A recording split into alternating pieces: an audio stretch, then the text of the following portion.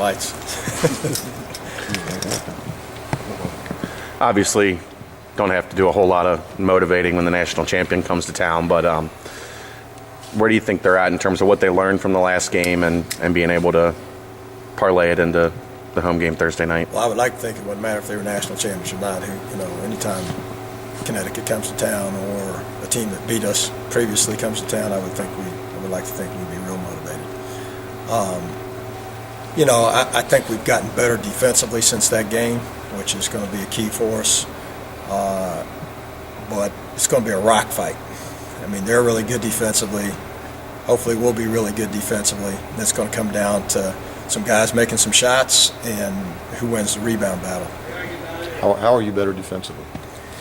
Well, we've changed some things a little bit how we've played, and so I think we're not getting spread out as much. We're not giving up near the number of layups that we were giving up, that's why we're better defensively. Is Boatwright your first order of concern when you face them? Obviously he's a senior guard. He's been there. He does so much for them, but. Hamilton, the young guy, is scoring points for him, and then, of course, the transfer kid.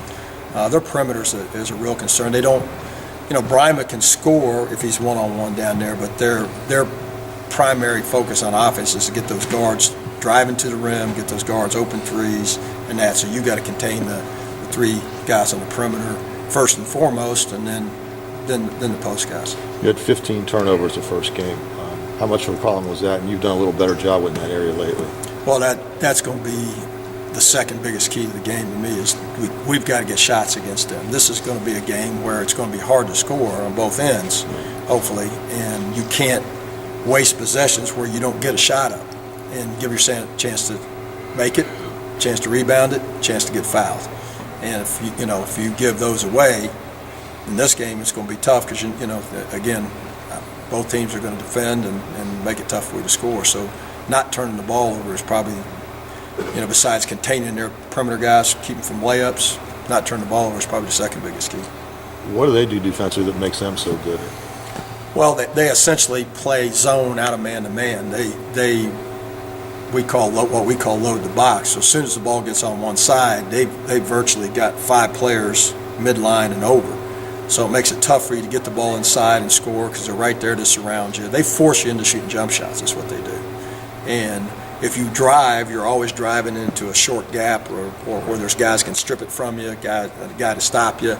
They're not going to let you get all the way to the rim. If you watch their games, very few people get all the way to the rim on them, consistently. Is what they do a lot different than what other teams do? Is it hard to prepare for because of that? No, they're a lot like SMU. There's teams in our league that play the same way that they do. They just do it better. They just do a tremendous job. In my estimation, last year, early in the year, UConn was a steal the ball from your team. They tried to pressure you. They tried to steal every pass.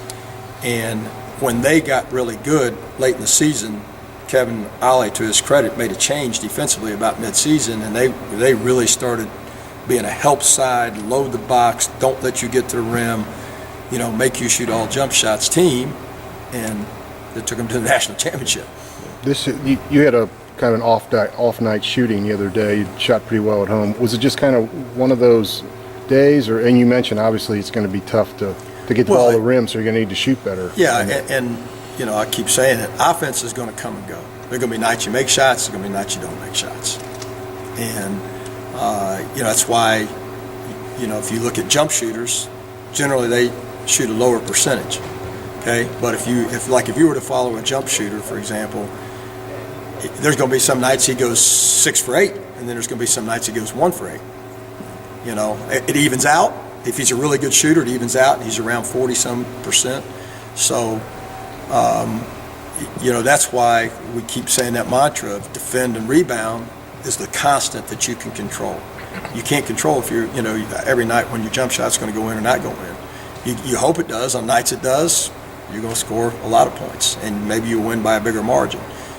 Nights it doesn't, it's going to be tight, it's going to be close, And your defensive rebounding's got to be the thing that keeps it tight and close, and you win by 2 or 3. Well, it seems like you've gotten by pretty well with, nobody's scoring 10 points a game. We've made something out of that, but do you need somebody to become that guy? That obviously you're not going to have a Kilpatrick, but do you need that one guy to step up? Or I just think the nature of this team is going to be we're going to be a balanced team who on a given night you kind of go with the hot hand.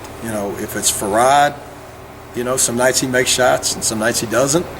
But that's the nature of the jump shooter. I mean, you got to be consistent in that you get, we still got to get some inside scoring. They can load the box all they want. We still got to throw the ball in the post. We got to force them to double, and then we can get some stuff out of that. When they don't do a great job doubling or digging, and we can get, point blank shots, because in the first game we had some point blank shots and missed them.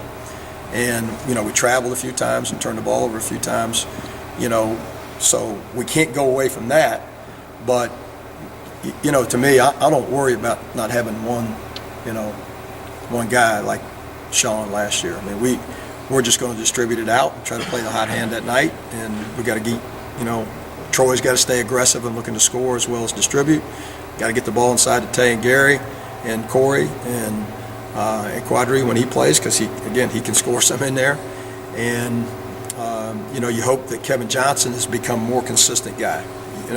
Right now it looks like we can count on him making a couple threes every game. And if we can continue that, then we'll be all right. Gary Clark, I think, had only 2 points the first game. Is that because of the way they load the box and the way his game is on the low post? Well, they made a concerted effort in that game to not allow him to score. It was interesting looking at the film. They guarded him with Brima. They didn't put Brima on Tay. They put Brima on Gary because they wanted the biggest shot blocking defender on Gary. And because I think they knew their 4-man would have a harder time guarding him because when Gary gets a like-sized guy, it's a matter if he makes or misses the shot. It ain't a matter if you're going to keep him from getting it off. And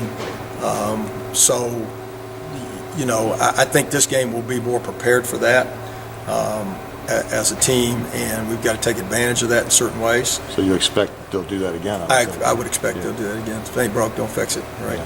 So how do you counter that?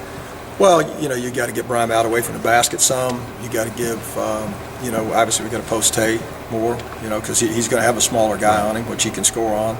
And, hopefully you can get,